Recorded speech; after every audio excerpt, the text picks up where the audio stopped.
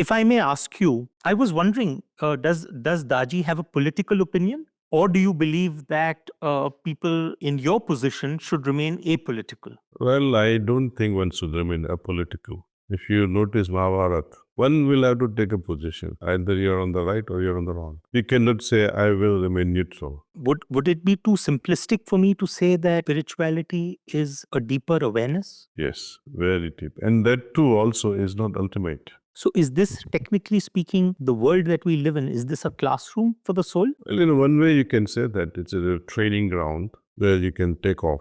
You can get promoted or demoted. Yes, it's very rare for demotion though. Right. It's only going forward.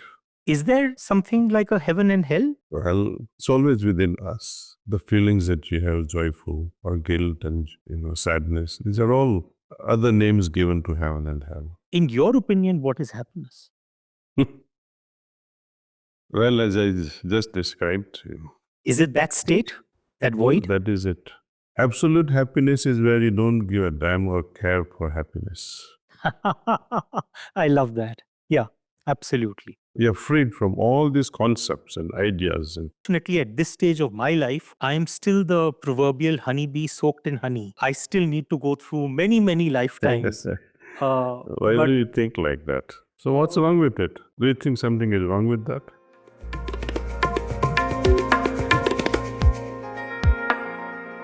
So it's very simple, I think. It's very simple.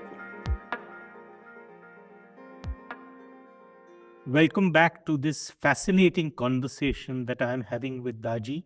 And there are so many more questions that I want to ask, and I'm so worried whether I'll be able to get all my questions in. So here goes. You know, Daaji, we were discussing consciousness. And I was reading, and in fact, this figures in my latest book also, about this patient who was being operated for something in her brain.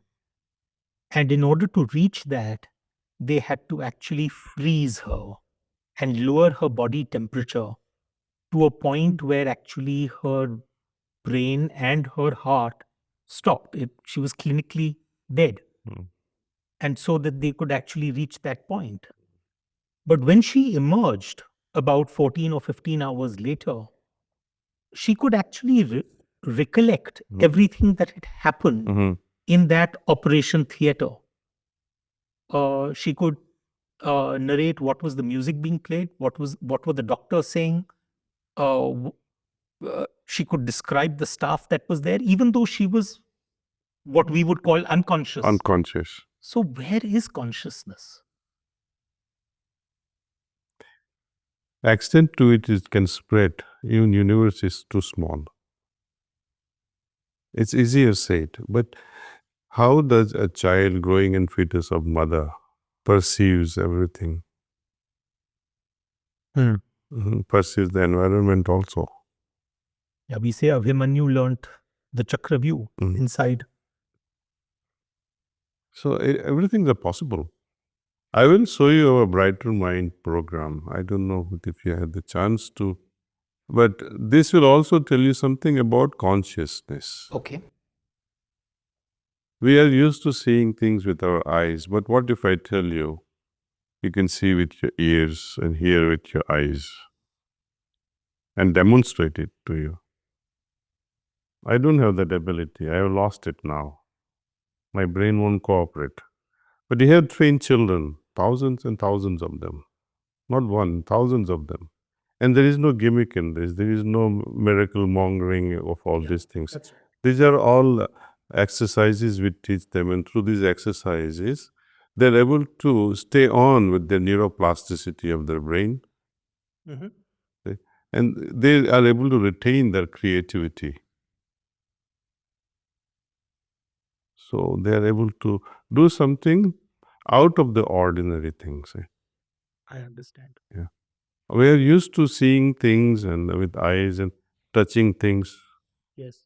But they are transcending or interchanging the senses. I have seen children, they say, oh, when you show them yellow color or red color, they're able to say, oh, it's making me sneeze as if I'm sneezing, smelling a mirchi.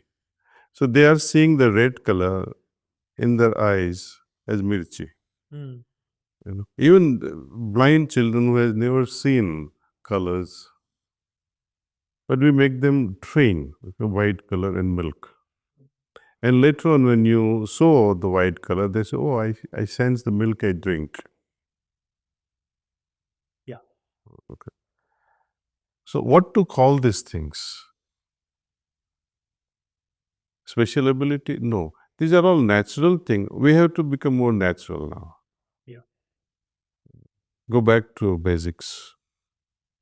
Something that we lost the ability to distinguish things within in our childhood. This art of uh, trans-sensory perception Mm-hmm.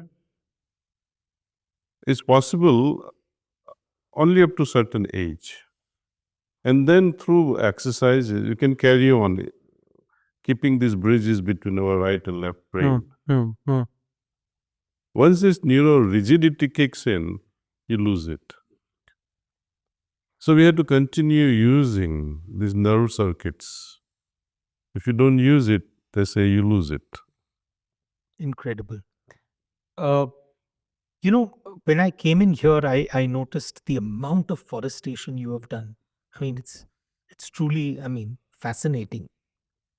And increasingly, now we are being told that, hey, listen, I mean, we are living in a thoroughly interconnected world. I mean, for the longest time, Indians have believed that planets, the movement of planets, also has a role to play in the way we feel or the way we think or the way we act. Uh, so is it that sort of level of that you feel that, hey, listen, if we are surrounded by lush greenery and forests, then that will take us to a different spiritual level? Is there some sort of logic in that, or is it just purely an environmental concern? No, there's much more to just environment. Mm-hmm. You see, I grew these experiences and also the things that used to happen during the times of Rishi called Kakbusandi. It's from Ramayana times. When my Adi Guru was visiting one place in Madhya Pradesh, in a district of Ravati, he was invited by his devotees there. So he said, "Let me go visit them." So he went by train and he walked almost 20 kilometers from the train to that village. He passed through the jungle. And he said, "The beauty of this place has attracted me so much that I want to settle down." Mm. He said, "I'm a realized soul and I'm in my late 50s. Instead of just spending my time in Brahma Vidya teaching people, now I am attracted towards this. I wish I had lots of money. I could have created an ashram which would surpass or at least be like Kakapushande's ashram." And then he describes the both ashrams, Kakapusandi as well as the present location. Kakapushande's ashram was full of lush green, and it was tremendous greenery. And he said, anytime you transmit pranahuti, Mm-hmm. if you charge such places, they retain the charge a very, very, very long time. Trees have the special ability of retaining spiritual charge, unlike human beings. In human beings, you create a certain state of consciousness. Since they are always playing around with their consciousness, they will lose it. They will destroy it. Trees and plants, all those things, they don't have play of consciousness. Once you Right. deposit something, it just stays there. Amazing. Right. And is that the same reason why we always hear of our rishis and munis retiring to the forests Not to retiring. It was always they lived in that forest. tapasya was there only? There only, yeah. So is it but was there a conscious choice of that surrounding? They'll have to have a different choice to destroy trees because whole India was full of trees. See, when I heard that description of the place, I went to see the place. Not even one tree left. Whole forest is wiped out. And I'm told this spot where we are in was totally barren. Totally barren. Now we have few 100,000. And the choices of trees we have is very unique. Okay. We have over 354 varieties of species which are endangered. You will not see them in India again in 10 years. Amazing. So this is a bank of those trees. How wonderful. And we are going to now, through tissue culture, multiply them in millions. Hopefully, people will plant those millions in India. How beautiful. No? What a thought, Daji. Daji, I've been always one of those people who finds that there is an inner conflict within me. Uh, and that inner conflict is that at times I want to believe that there is nothing. This everything in the world is almost random, and it happens as a result of some scientific it's more science. That's one part of me, and then there's the other part of me which wants to believe that there is some greater power which is actually making things happen in a certain way. Can't remember who it was who said, maybe it was Voltaire, who said that there is something in every atheist which is itching to believe, and there is something in every believer that's itching to doubt, and that conflict keeps emerging. So what is the right path? Is it belief, or is it doubt, or is it a combination of both? It depends who you're talking to. When you talk about belief, do you have to believe that sun exists? Do you have to believe Anu is sitting here? You don't believe. You don't need a belief system to have, oh, she's sitting here or the sun is over my head, though you don't see it at the moment. Right? So belief system, I think, it cheats us somehow. You have to believe in something which you're not so sure of, and you would like to believe that, and that's why you're pushing your mind into it. But once you see, once you perceive, then the need to believe will drop off. Let's say people say, I don't believe in God. It's okay. I'm perfectly fine.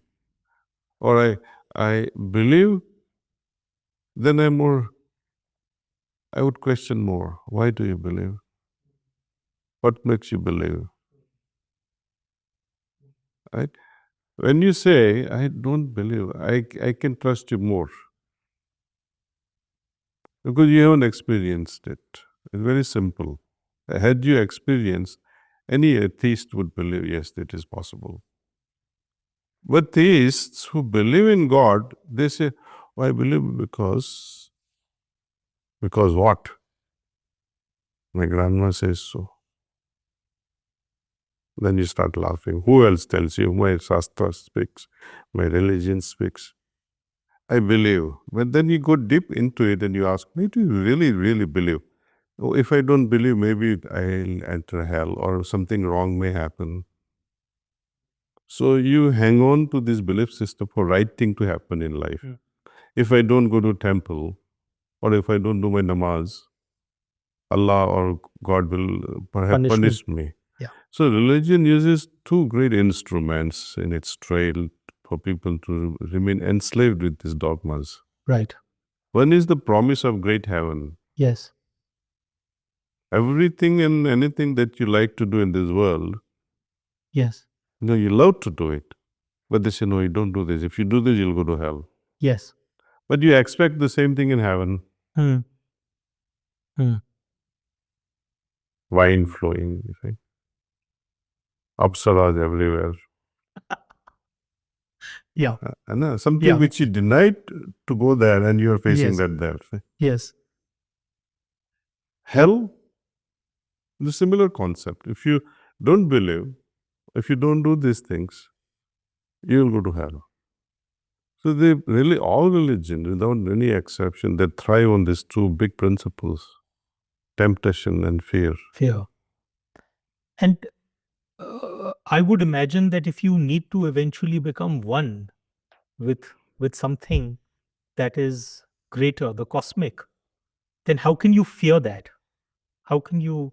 I mean, isn't that a rather Abrahamic notion of fear? That no, no, there is an all-powerful being, and Mm. you will be whacked on your hand. It's almost schoolmasterish. Imagine you saying, I'm afraid of my wife. Would I you am, but in a we won't talk respectful about way, that. perhaps? Or you say I'm afraid to do this, or I'm afraid to do that. You'll never end up doing it. You're never able to entertain a person of whom you're afraid of. Yes, So, and as we say, in order to have an ultimate merger, yes, we often talk of this. You see, yes. darshan is not enough. You see, suppose you had the darshan of Lord once, people say it's enough. Yeah. Many people had darshan of Lord Krishna, Hmm. but the darshan they had every day versus the darshan he showed or displayed at the moment of Mahabharata Mm-hmm. to convince Arjun, Hmm. where he showed his Vishwarup darshan. That's right. It was totally different, Yes. to the extent that Arjun was so horrified. Please come back to your normal Normal form, self. normal self. Right? But later on, it's up to us now. See. If you want to merge in the ultimate principle, I had to resonate. My vibratory level must match that purity. My purity must be matching with that ultimate purity. Yes. Otherwise, this phenomena which Kabir talks about, raindrops falling in the ocean, becoming ocean, will not happen. Okay. Right? If my vibratory level has water droplets, is not matching the ocean, and instead it's oil dropping as rain, That's right. it will form a film Yes. and even pollute the oceans Correct. and the divine kingdom. Correct. So my vibratory level, my purity must match, and to Match. which I have to merge. And this cannot happen until I love. If I hate, if I have fear, if I have dislike, this will not happen. Yeah. You pick up any religion, any philosophy also, be it Patanjali's philosophy of Ashtanga Yoga, saying you from Yama, Niyama, you enter final culmination is Samadhi. Kabir talking of raindrops falling in the ocean. Lord Krishna talks of arriving at Sthita Pragya state or living like a lotus. Astavakra talks of contentment and so many other five great qualities to arrive at, which will become instrumental in arriving at moksha. Mm-hmm. Okay. Then there are so many. I mean, you can go on and on and on with all these things. Heartfulness way is the only path, I would say, which I can share with confidence, that it makes all these things possible. State of sthita pragya, state of being like a lotus in a dirty pond of water, arriving at those qualities of which Astavakra talks about to Janaka, or to arrive at the state of complete merger like a raindrops in the ocean. Only heartfulness can boldly say, okay, yes, we can make you experience all these things without a doubt. Practice this for 3 months and see what happens to your consciousness. But practice, you must. 3 months, guaranteed. Afterward, you want to go further, it's your choice. Or drop it, it's your choice. Yeah. Again, you use the word choice. And this is again a question which sort of troubles me. The free will versus destiny, almost. And of course, I have used my own storyteller skills to sort of try and figure out a equivalent. So I'd like to think of it that I'm driving in a great car, a sports car, and I have the ability to go from 0 to 180, depending on the road condition. But unfortunately, sometimes it may be a bumpy road or a potholed road, so I have to slow down. And whether I want to go right or left at the turn is also my choice. So there are certain circumstances that are given to me, and there are certain things which are within my control. Mm. Is this actually what dharma and karma is talking about? Is this dharma and karma? What is this? Don't bring it to this level. Don't bring it to this level. No. I stand corrected, Daji. So what is this? You see, we have a destiny. Yes. When we talk of past, it's here only. The future that I'm creating as a destiny is also here. Right. Okay. How we move within this and change the destiny. If destiny is fixed, then you are enslaved to something. Mhm. Then I don't have to do anything. If you were to become billionaire, why do anything?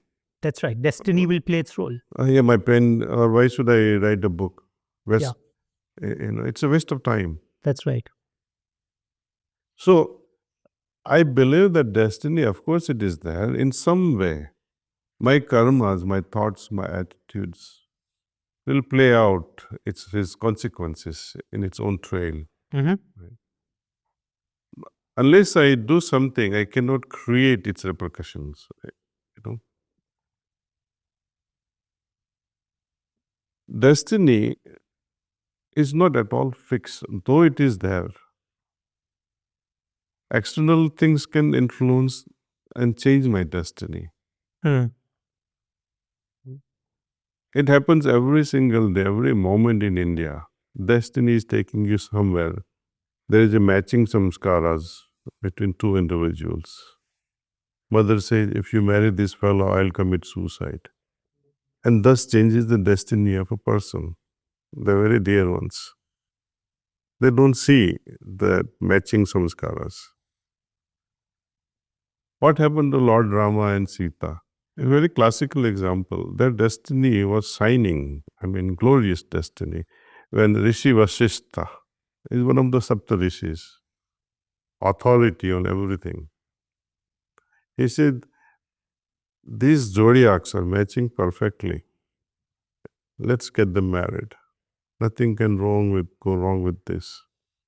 But anything and everything that can run wrong in any family went wrong went with them. Yeah. Right? So though the destiny was fixed, Right. who changed the destiny? Somebody else, not even them. Kaikei was influenced by a maid, mere maid, changed the destiny. And father, who was so arrogant about his pride, his promise, I cannot break my promise. Though he didn't like it, he could have told his wife, you better shut up. Yes.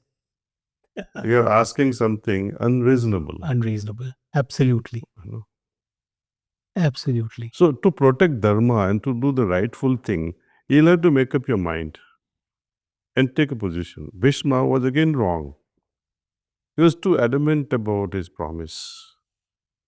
Promise to perform adharma is not worth it. Hmm. Right? There are many stories in during the Hitler's regime where many Jews were crucified, killed. Some good-hearted, compassionate Germans, they hid some Jewish children in their basement. Correct. And when the soldiers came for inspection, the house owners would say, oh, there is nobody here. Right. And the sentence at that time was, if you are caught lying, you could also be killed. Machine gun right there and there.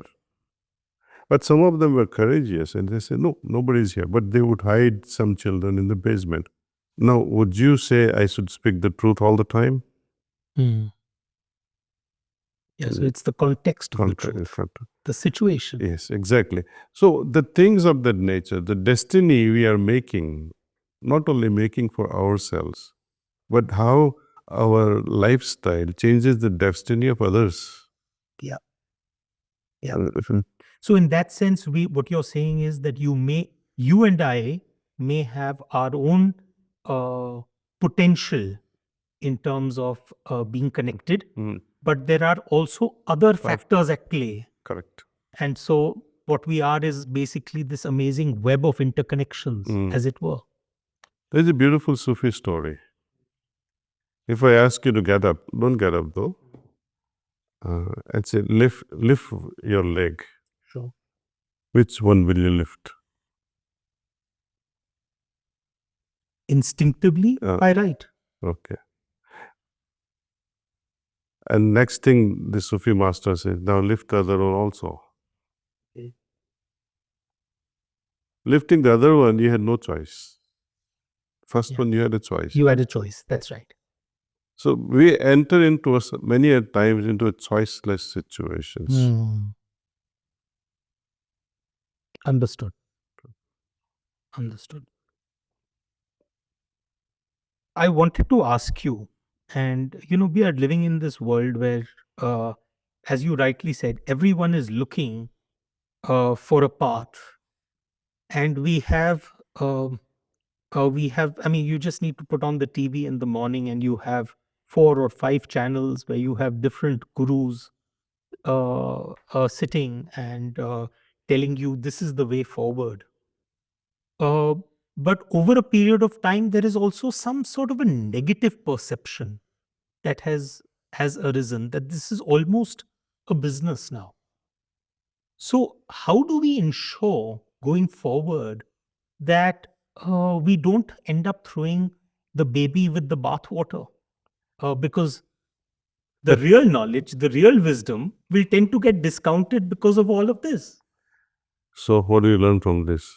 Does someone have to tell you what to do and what not to do? Are you that stupid? I don't little minute. If you cannot differentiate this much, then what are you? You better not search God. You don't have the intelligence of even approaching God. Incredible. You're useless. If you can be trapped into something like, oh, you give me 50 rupees and I'll show you and make your health better, or you give me $50,000 and I'll give you a special kriya. What is this? You become a yoga merchant. Yeah. And there are enough fools to go there. Yeah. I would imagine the vast majority. Yeah. And one guy says that if I don't charge them, they will not value what I give them. Yes. Fine. So if they do what you have asked while they are paying, Yeah. and if they have completely done what you have shared, would you refund that money? Absolutely. Yeah. So Wonderful. it's the moment you understand that I'm being given a ride, or someone is asking for money, run away. I don't blame these gurus and Sadgurus and the Brahma gurus and Adi gurus and all those guys. Blame yourself. Yeah. Nobody invited you there. Right. You were the one willingly gave something. That's Don't right. blame them. You were in fact begged those gurus, please take this and take me to God. Yeah. Yeah. As if God is lost. You wanted to hitch a ride. Yeah. Oh, that's a nice one. Yeah. I've spent the entire day here, and let me just narrating to you an experience that I went through today, which was part of this program, Brighter Minds.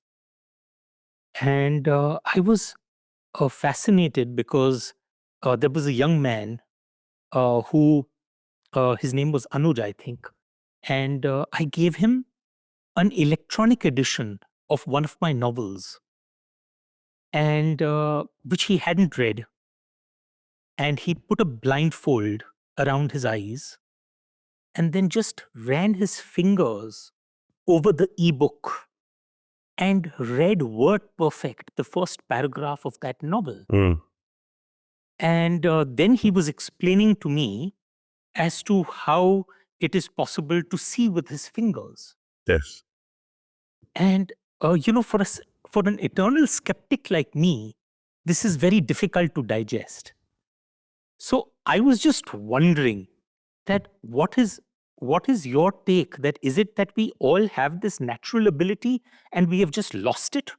Or is it that we need to develop this? Well, all children have it.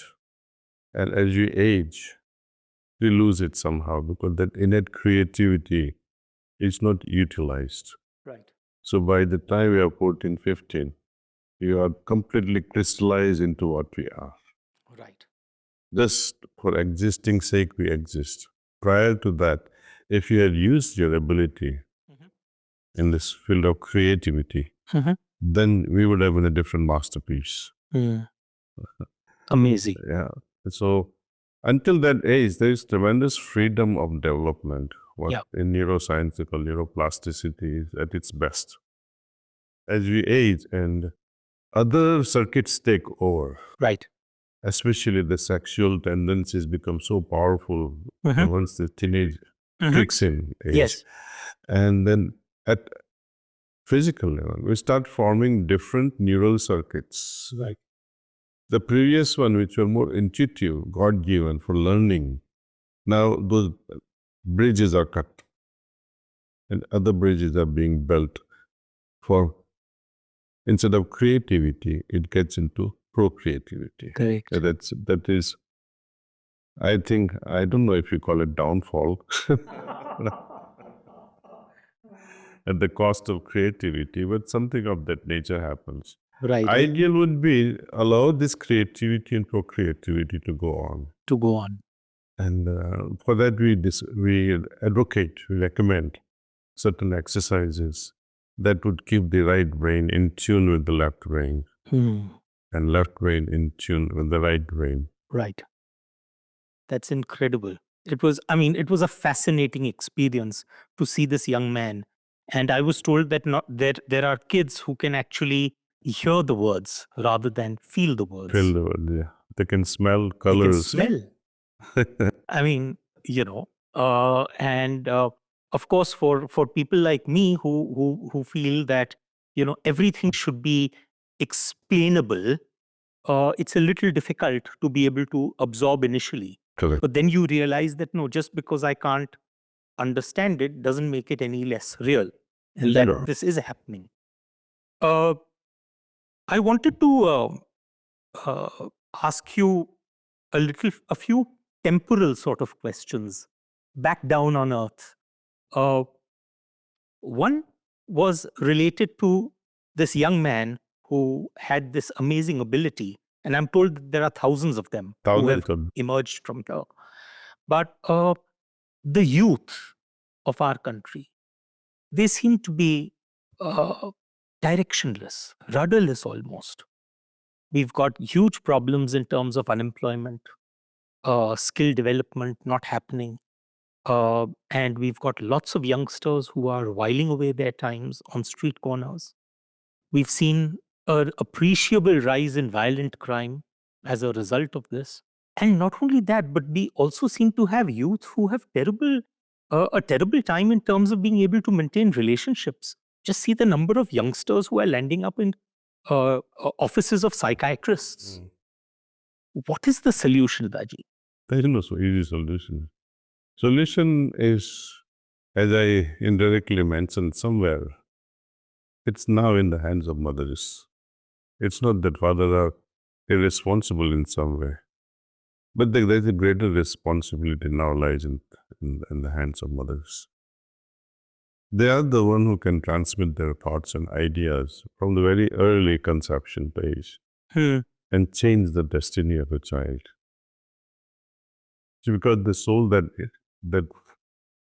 is incoming soul, I would say, after conception, it starts building its own body. Then it's incarnate itself in that. It has already come with package of karma. Yes. Or what we call samskaras. There's very little one can do to change it, those samskaras. A mother can provide that inner environment as well as later after the birth, external environment. Something magical can happen. like these children, what we have, up to the age of 15, we can make them do so many wonderful things. We can groom to be the real ideal citizen of the world. But for ordinary people like us, what is the one takeaway that we can have in terms of actually sort of improving the situation of the youth in our country? Because obviously, our parents are not doing that great a job. I mean, looking at the situation around us right now, uh, we have a ton of kids who are utterly rudderless. So I'm just wondering at a very macro level, what is it that we could possibly think of Well, I doing? would say take interest in building the nation, bring up these children in such a way, visit school. Yeah, How many of us visit schools these days and true, inspire children, play true. with them, read a story, for example, Yes, become a pal. You're yes, an old man now, but going to school is not going to hurt. of course, None of us are able to do it. of course. Teachers, they have their own selfish motives, though they are That's right. great ones. That's right. In our lives, there are very few teachers who stand out. Say, Oh, yes, oh, I absolutely. remember so and so. And how many teachers you have gone through and you remember only one? Mm, exactly. Parents also have no time today to inculcate any virtues. Yes. They are also very busy and they are also radarless. If adults are radarless, imagine children. Yeah. Yeah. Uh-huh. So we keep talking about the fact that India has this wonderful demographic dividend, but I'm just wondering as to whether the demography could be a ticking time bomb. It's a ticking time. It's just a matter of time when joblessness is at its peak. Yes. When all this freedom, under the name of freedom, Mhm. anything and everything goes through WhatsApp Yes. and YouTube's. Yes. And you see, I've been seeing here, there Yes. are thousands of laborers here, Yes. right? They're working here day and night. All of them have phones. Hmm. All of them, they watch videos while they are working. Yes. You think they are watching Ramayana and Mahabharata? Absolutely. No. Absolutely. Sometimes there are 5, 6 person neck to Looking neck over the looking shoulder. over this. What is so interesting Yeah. for them? Say? And when there is a group mentality, Yeah. enjoying certain thing, it only multiplies. Right. Rape is the next best step for them to allow their energy to fizzle out. Right. So government will have to intervene and prevent certain things which floats under freedom. Yes. It must be completely be banned. And I salute some of the Islamic countries actually. They have completely banned these things. Right. Yeah. But it's not as if they don't have their share of crimes. Well, that's of a different nature. Yeah. Yeah. That there it's a different crimes are of different nature. Right. There are also heinous crimes over there. Yes. But here, you will not feel like sending your 5-year-old daughter Yes. or granddaughter to a neighbor's place Yes. without worrying about Without worrying about it. Absolutely. If I may ask you a question which people seem to sort of, well, I don't know. You obviously have the liberty to decide whether you want to actually take it or not. But I was wondering, does Daji have a political opinion? Uh, do you or do you believe that because elections are around the corner? Or do you believe that people in your position should remain apolitical? Well, I don't think one should remain apolitical. If you notice Mahabharata, one will have to take a position. Yes, Either you're on the right or you're on the wrong. yes, You cannot say, I will remain neutral. yes, yes, Either you're on the side of Dharma or you're on the side of Adharma. right. Now, the idea of Dharma and Adharma keeps changing all the time, Of course. depending upon who is at the helm of political party.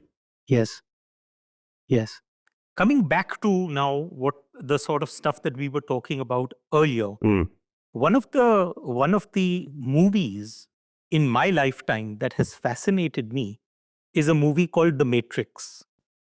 Uh, and of course, in that, there is the entire concept that you are living in a computer simulation, that the entire world is a simulation, Mm. and that you need to have the ability to be able to pierce that simulation. very much, very close to actually Hindu philosophy. I'm just wondering that I till today am not able to understand what is it that one needs to do in order to pierce the veil, as it were.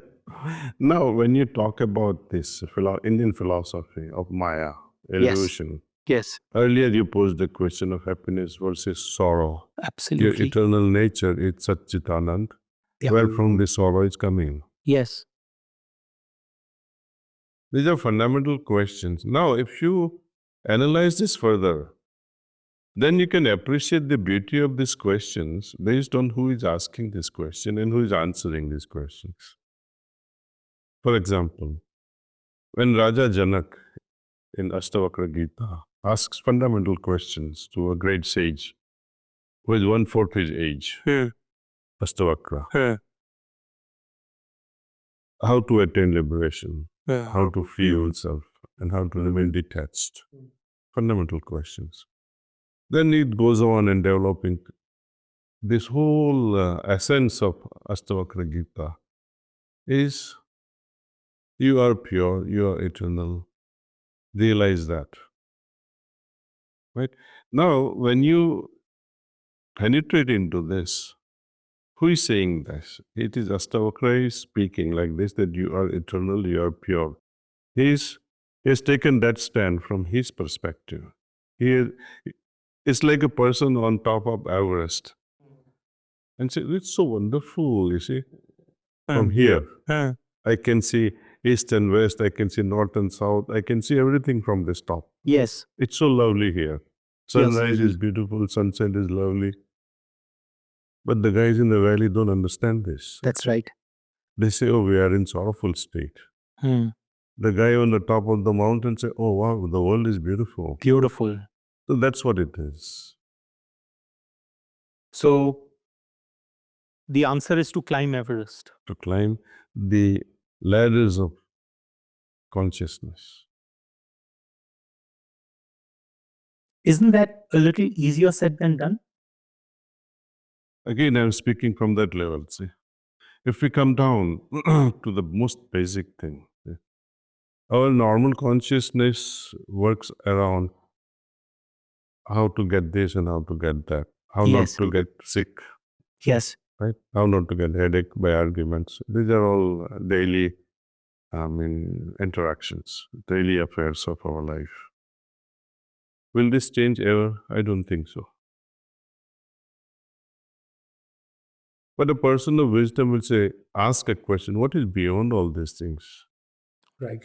The bees and monkeys also do it, and we also do it. What is the difference between them and us? Right. Again, the consciousness.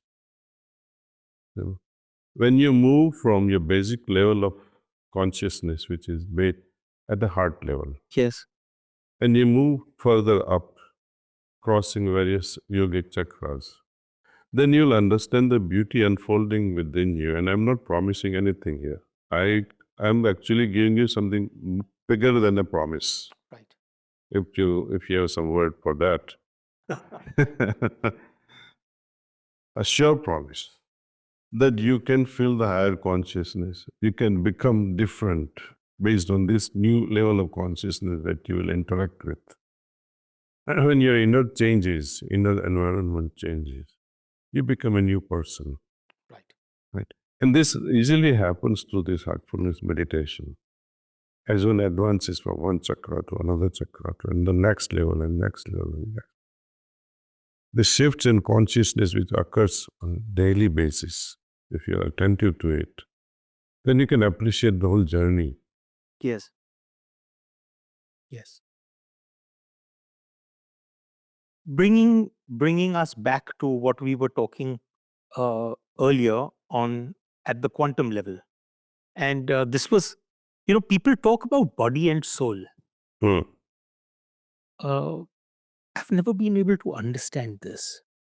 Um, at a at the level of science, I was fascinated by the concept of wave and particle.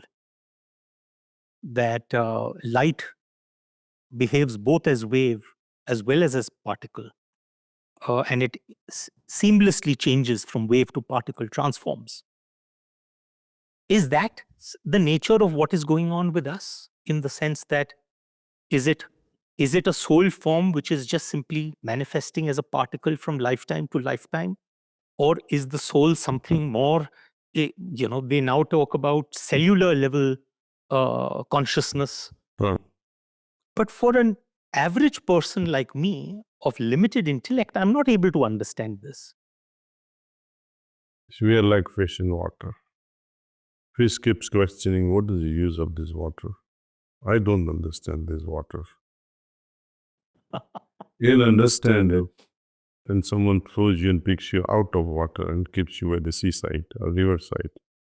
Then you'll struggle for your life and say, oh, where is water? That's right. That's right. Hmm? The soul, it has become part of our existence ever since birth, even before birth. It chooses parents, incarnates itself. We are born in this world. The very first breath, we start crying, announcing our arrival. If baby doesn't cry, then doctors make sure that the baby cries. They tell the baby, tap it on the back to stimulate the breathing. Doing so, they will try to resuscitate and say, okay, baby should now kick in. Now breathing should start, the heartbeat That's should right. begin. That's right. And if still baby doesn't cry, mother and everybody else will cry, because Yes. entity, the life force they're supposed to come with, it didn't come. It's a fact that it's with you now. Imagine if it leaves you tonight. Would you be able to stop it? You're in sleep and suddenly they decide, now let me go. So it's that important, see, and it stays with us till our last breath. The such a life force people call under different name, Atman or soul or Ruh or the spirit. They give different names to these things. Nevertheless, it's with us. The life force is with us. Yet we look for such an important thing outside us. God is outside us. We look for that entity in temples and mosques and churches and synagogues. It's okay to believe that somehow I'll be able to understand the godliness by going to such places. It's a simple thing to do. Close your eyes and try to perceive that with all sincerity. With a simple prayer or simple attitude, my God, I don't know you. I really would love to know you. I like to feel your presence. Approach him with baby's innocence. Then something magical will happen within you. It will reveal yourself. I am this. But we are taking wrong steps. We're looking for him outside. And that's where all the problems are. Your wife may be in the house and you say, oh, let me go. So maybe in the mall I'll find my wife. You might somebody else. You might find someone else. Not your wife. She's in the kitchen or she's in the bedroom or she's in the house. Yes. Why are you looking for her outside? Something has gone wrong with you. Right. So, am I God? I mean, people talk about this, that why are you looking for God outside? God is, you are God. You're godly in nature. You're not God. So, Our basic nature is godly, divine in nature. what does that mean, Daji? Sorry, please simplify this for me. This question is put to me so many times that what is the difference between being like master and being a master? When you understand this aspect of mastery, then you say, oh, the master carpenter or master artisan in whatever field, right? Master of spirituality. Correct. In India, we call them as gurus, Mm-hmm. right? On a particular path like this, there will always be one person to guide certain individual who are interested and are like-minded to travel together. Can all be the masters? It is possible. Here in heartfulness way, the mastery is given to everyone. This mastery is of mastering oneself. Right. Okay? Now, when you realize godly nature of your being, you become godly, you become divine in nature. But are you God? Then you'll say, like that water drop Yes, in the ocean. that's right. I don't know. In fact, it may not even say that much either, because that doesn't exist. Became part of that consciousness, part of that ocean. Similarly, a person who has merged in God and became God will never say he's become God. Right. At the most, we try to evade such thing and say, oh, we become godly, we become divine in nature, which is our original nature anyway.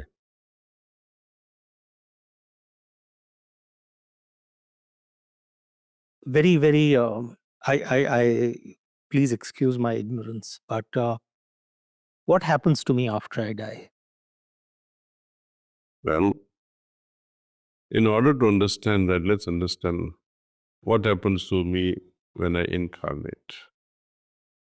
Well, depending upon the attitude of parents, their lifestyle, their vibratory level at the time of conception, whether they're sattvic or mating like tamasic, then the soul of that order will descend in that family. Okay. So, so the parents' vibratory level decides the quality of the soul. Okay. And it is natural. No God is there that opens the gate and say, you go here, you go there. No, it's a natural phenomena. It's easier for an iron foil to be attracted by a magnet. There is no guiding force that say you be attracted now to this magnet. That's right. So similarly, the spirits, thus the soul that gets attracted in a particular family, it is natural. At the time of death, depending upon the vibratory level of the departing soul, Yes. level of purity, Yes. it will find its corresponding dimension in the hereafter. Okay. In the same manner that it found its parents. Yes, it will settle down in that particular dimension that matches its vibratory level. Right. And once it has settled down, then does it still have some does it still have consciousness that I now need to again take rebirth? Or Yes. and It that's has its own consciousness at that level, and it will again wait for right parentage to come. right. The only purpose of the soul to incarnate is to move from whatever level it has to the next level of consciousness. Right. The aim is to go beyond certain critical level in those dimensions. So they come back here, prepare themselves so that they can go beyond that zone. So is this, technically speaking, the world that we live in, is this a classroom for the soul? Well, in one way, you can say that it's a training ground where you can take off. You can get promoted or demoted. Yes, it's very rare for demotion, though. Right. It's only going forward. Very rarely your acts may be so bad that you have to go down Yes. further to a lower species Yes. and perhaps become stone-like. Right. Is there something like a heaven and hell? Well, it's always within us. The feelings that you have, joyful or guilt and sadness, these are all other names given to heaven and hell. When your heart is so pure and your heart is full of love, God would descend. We don't have to ascend to heavens, something that doesn't exist. When good vibrations, good divine qualities descend in your heart, you become the heaven yourself. When your heart is so pure, so loving, you are heavenly abode. So it's all here. It's all here. You become that only. Amazing. Daji, a few final questions. And this, to my mind, there are three issues which I wanted to sort of tackle one by one. One is this term spirituality. We throw it about so often that I'm no, I'll be at a cocktail party and I'll hear, no, I'm not really a religious person, but I'm very spiritual. Um, and it's almost fashionable to use the term. But what is spirituality? Please enlighten. Well, if you analyze this word religion, re plus religion, religion is derived from ligare. Ligare, names are ligaments, Right. something that joined. So in that spirit, if you look at the word religion, it is the purpose is to religare, means to rejoin. Yes. Yoga also has the same meaning, Right. union. That's right. Union what? Uniting what? Joining what? They say, oh, it's my Atman with Paramatman. Okay. But religion today it's different. Yes.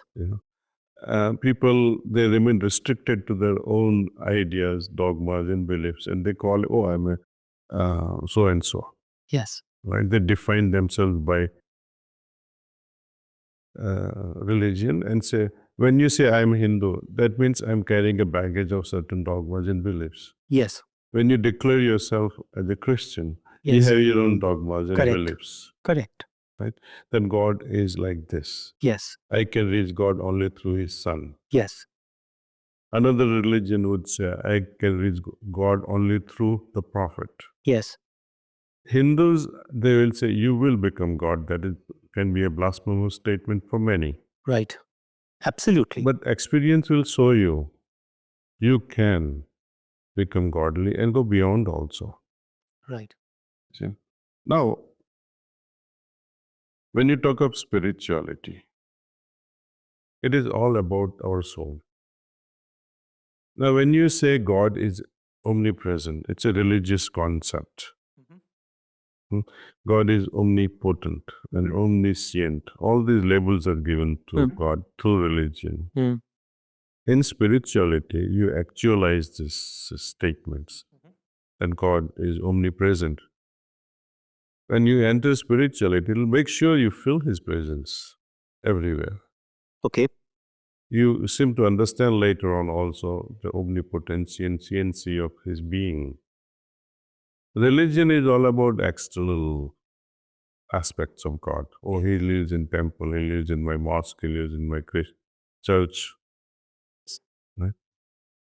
Spirituality, you carry God within you all the time. Meaning, you're aware of that entity, trying to entertain His presence in you. That is spirituality, no longer looking for Him outside.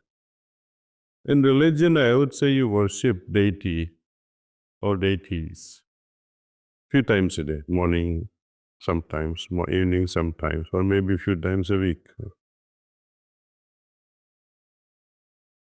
With spirituality, you'll have to entertain this with dedication. And it happens automatically. And you entertain that presence 24/7. You're no longer happy with ringing bell once and lighting up a lamp and burning some incense sticks. For whose pleasure are you doing it?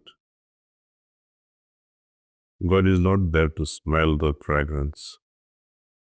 Yeah. It has a different purpose. So would it be too simplistic for me to say that spirituality is a deeper awareness? Yes, very deep. And that too also is not ultimate. Right. Right. You see, when I say that certain qualities we attribute to God, when they're actualized through experience, are you happy with that experience if it was once in a lifetime? People talk, oh, I felt so much of peace when I went to this such and such a place or I met such and such a person. Great. it was once, or once upon a time I had this encounter. That's right. Hmm.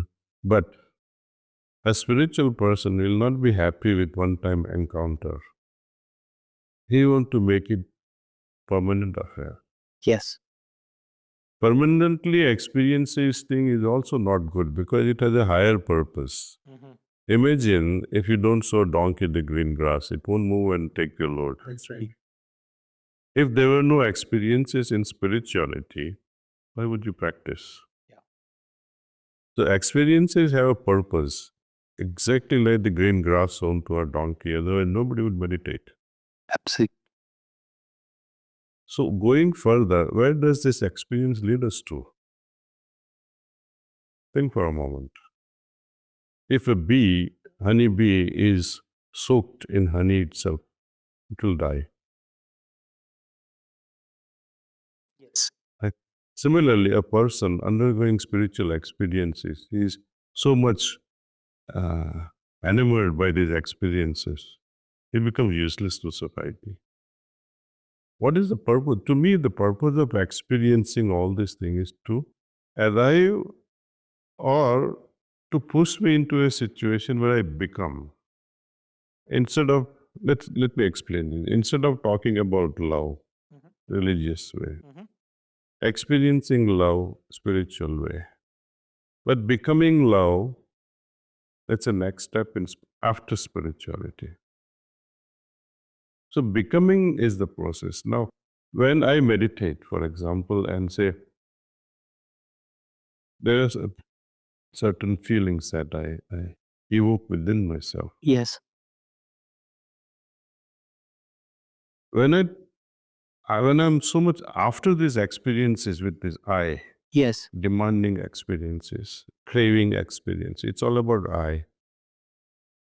But when I say when I let go of myself, and there's less and less of I, less and less of Kamlesh, and more of things that I want to experience. I'm focusing more on that higher being rather than myself.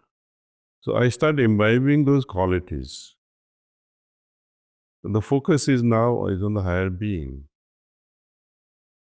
So I become that slowly. And when the idea that there is zero ego, or then there is completeness of that higher, the higher being completely captivates you.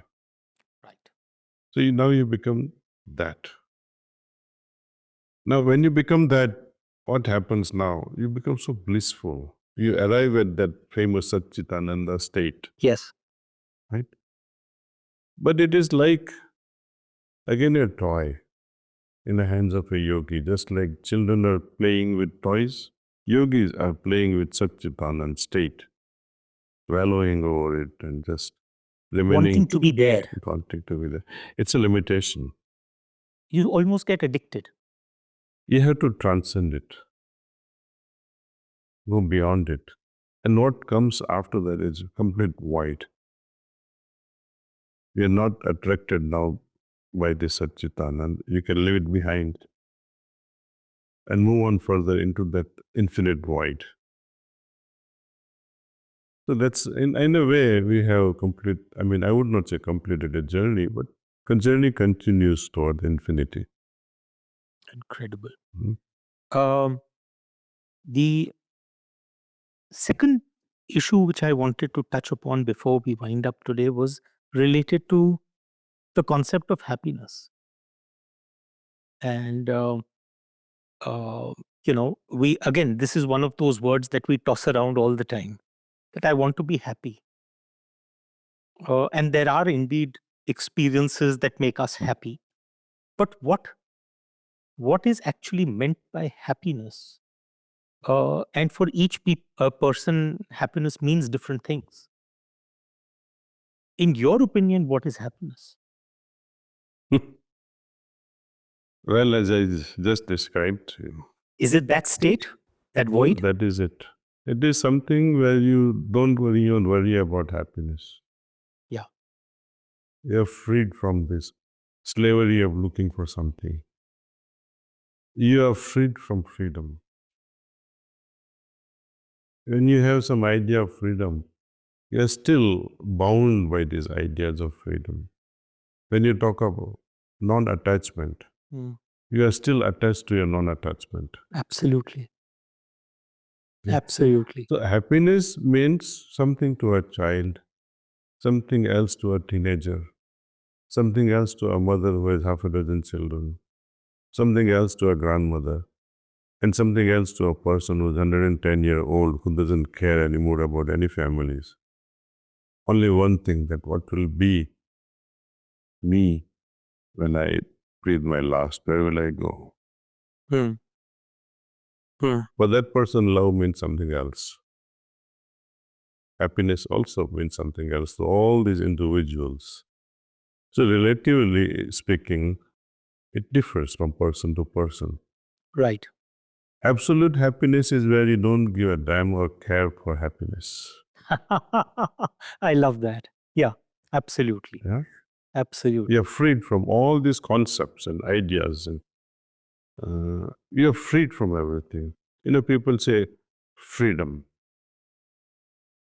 But move away from this idea of freedom. Don't be enslaved by this. Even the idea of moksha. Yes. Liberate yourself from ideas of liberation too. That is true liberation. True liberation. I think, Daji, on that note, I couldn't think of a better spot at which to draw to a close of today's Oh, discussion. wonderful, wonderful. But thank you so much for speaking with me. Thank you. Thank you for inviting me here. This has been an absolutely incredible experience. And yes, unfortunately, at this stage of my life, I am still the proverbial honeybee soaked in honey. So I still need to go through many, many lifetimes. Why But do you think like that? I don't know, Daji. I find that to a certain extent, I'm still at that point where I'm looking at my next novel. I'm looking at my next story. I'm looking at the next turn in my life. So what's Um, wrong with it? Um, Do you think something is wrong with that? I don't know. I don't think so. You don't think so? Continue looking for it. That should not stop you from spiritual adventures. Yes. Yes. In fact, it will make your novels even better. When you close your eyes and look into your own creativity, it will multiply. You will hit the next dimension from which you'll be guided. Daji, I'm going to treat those words as a blessing. So thank you so much. And it was an absolute joy and pleasure to talk to you. Thank you. Thank you, Ashwin. Thank you for being with us here at Ghana. Thank you.